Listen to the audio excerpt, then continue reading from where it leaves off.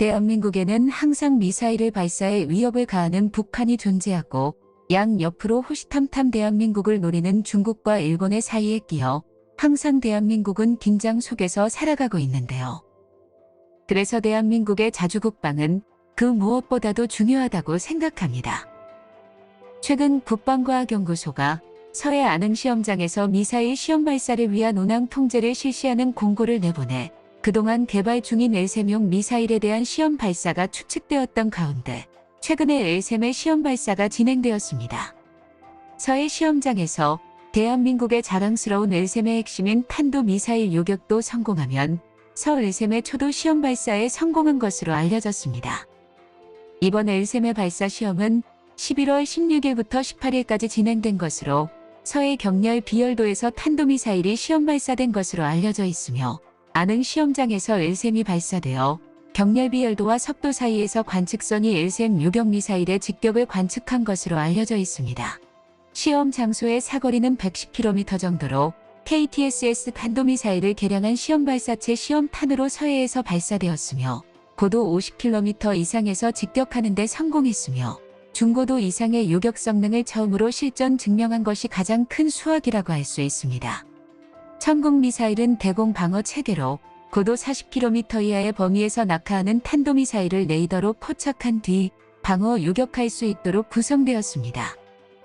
이에 비해서 중거리 이상의 대공 방어 무기의 체계로 개발되고 있는 엘셈은 천궁 요격 체계와 작년에 배치된 천궁2보다 요격 고도를 높인 대공 방어 체계로 최근 국방과학연구소에서 자체 개발을 몇 년 동안 진행 중이었습니다.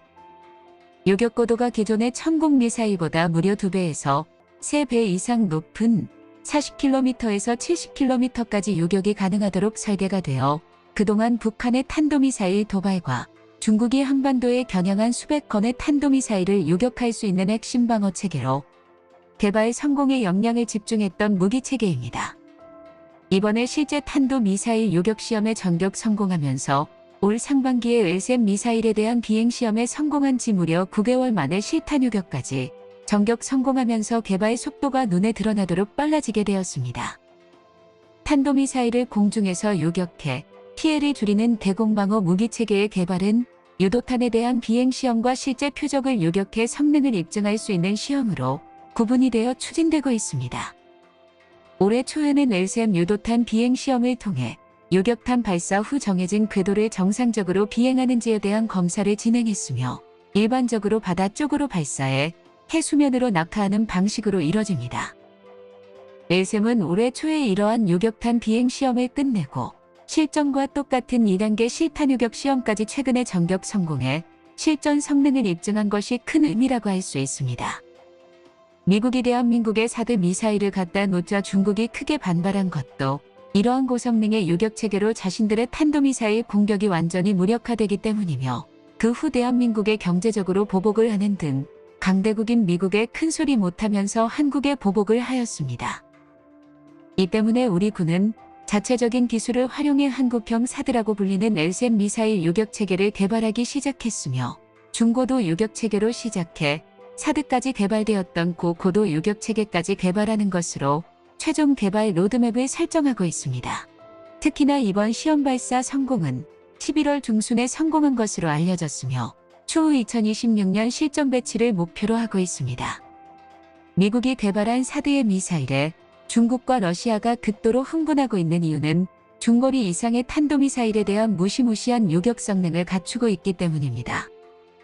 이는 단순히 탄도미사일 방어한다는 개념을 넘어 미국에 대항하기 위해서 개발한 중국과 러시아의 핵공격이 무력화되는 것을 의미하며 핵공격이 불가능한 상호 확증 파괴 전략이 무너진다는 것을 의미하기 때문에 중국과 러시아가 사드를 심각하게 받아들이고 있는 것입니다. 우리 대한민국은 엘셈에 대한 개발의 완전성과 이를 기반으로 미국에서 도입해 운영되고 있는 사드 대공 방어 체계를 대체할 계획을 세우고 있습니다. 특히나 미국이 2005년부터 야전에 실전 배치한 사드 요격 체계는 고도 150km에서 사거리는 200km로 레이더의 탐지 범위는 무려 1000km에 육박하는 괴물 대공 방어 체계입니다. 그러나 고성능 레이더 한 대와 발사대 6대로 구성된 한 세트의 가격이 2조 원에 육박하며 탄도미사일을 직격할 수 있는 요격탄도 한 발당 150억 원으로 미국이 아니면 도입조차 불가능할 정도로 가격이 비쌉니다.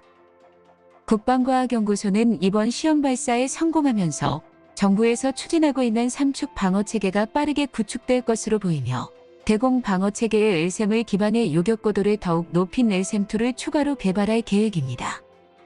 LSAM-2는 기존보다 요격고도를 2배 이상 높이며 150km까지 요격고도를 확대할 계획입니다. 여기에 최종형인 LSAM-3는 미국이 개발한 LSAM-3와 비슷한 500km까지도 요격고도를 발전시킬 계획을 구상하고 있습니다. 북한은 미국을 향해 대륙간 탄도미사일을 열심히 개발하고 있으며 대한민국을 향해서는 탄도미사일을 개발을 하고 있고 최근 북한의 김정은은 자신의 딸까지 대동해서 미사일 앞에서 사진을 찍기도 했습니다. 올해 들어 탄도미사일 도발을 지속하면서 대한민국을 겨냥해 단거리 탄도미사일도 함께 발사하고 있어 대한민국의 가장 큰 위협으로 부상하고 있습니다.